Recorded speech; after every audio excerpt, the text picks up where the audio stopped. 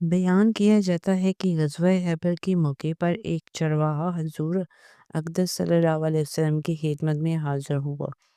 وہ چرواہا یہودیوں کی بکریاں چرایا کرتا تھا۔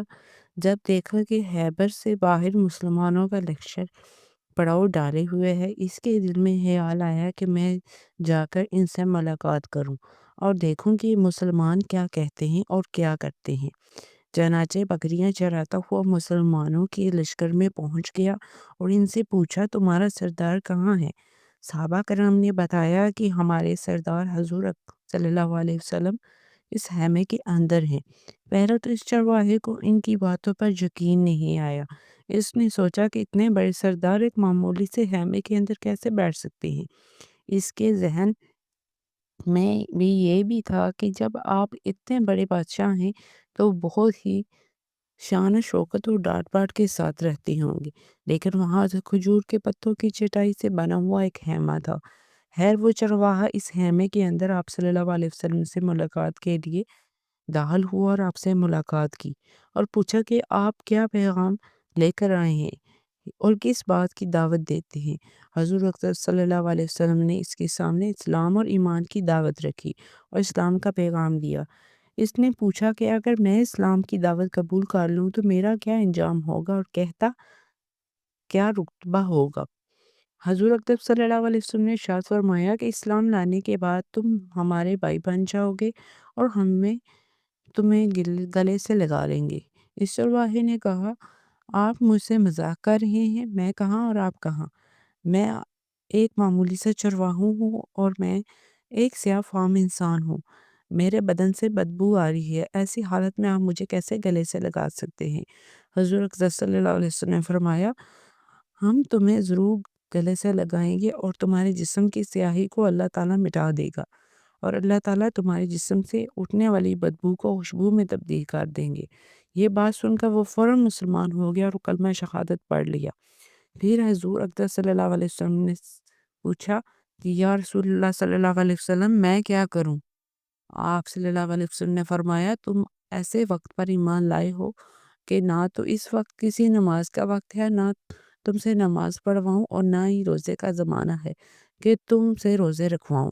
زکوٰۃ تم پر فرض نہیں ہے، اس وقت تو صرف ایک ہی عبادت ہو رہی ہے جو تلواروں کی چھاؤں میں انجام دی جاتی ہے، وہ ہے جہاد فی سبیل اللہ۔ اس چرواہے نے کہا، یا رسول اللہ صلی اللہ علیہ وسلم میں اس جہاد میں شامل ہو جاتا ہوں، لیکن جو شخص جہاد میں ہوتا ہے اس کے لیے دو میں سے ایک صورت ہوتی ہے، یا غازی یا شہید۔ تو اگر میں اس جہاد میں شہید ہو جاؤں تو آپ میری کوئی ضمانت لیجئے۔ حضور اکرم صلی اللہ علیہ وسلم فرمایا کہ میں اس بات کی ضمانت لیتا ہوں کہ اگر تم اس جہاد میں شہید ہوگے تو اللہ تعالیٰ تمہیں جنت میں پہنچا دیں گے اور تمہارے جسم کی بدبو کو خوشبو میں تبدیل فرما دیں گے اور تمہارے چہرے کی سیاہی کو سفیدی میں تبدیل کر دیں گے۔ کیونکہ وہ چرواہا یہودیوں کی بکریاں چراتا ہوا وہاں پہنچا تھا، اس لیے حضور اکرم صلی اللہ علیہ وسلم نے فرمایا کہ تم یہودیوں کی جو بکریاں لے کر آئے ہو ان کو جا کر واپس کرو اور اس کے لیے یہ بکریاں تمہارے پاس امانت ہیں۔ اس بات سے یہ اندازہ لگائیں کہ جن لوگوں کے ساتھ جنگ ہو رہی ہے، جن کا محاصرہ کیا ہوا ان کا مال غنیمت ہے، چونکہ وہ چرواہا بکریاں معاہدے پر لے کر آیا تھا، اس لیے آپ نے حکم دیا کہ پہلے وہ بکریاں واپس کر کے آؤ، پھر آ کر جہاد میں شامل ہونا۔ چنانچہ اس چرواہے نے جا کر بکریاں واپس کی اور واپس آ کر جہاد میں شامل ہوا اور شہید ہو گیا۔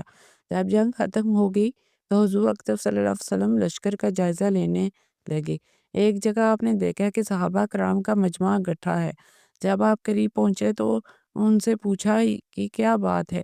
صحابہ کرام نے فرمایا، جو لوگ جنگ میں شہید ہو گئے ان میں سے ایک آدمی ایسا بھی ہے جس کو ہم نے سے کوئی نہیں جانتا۔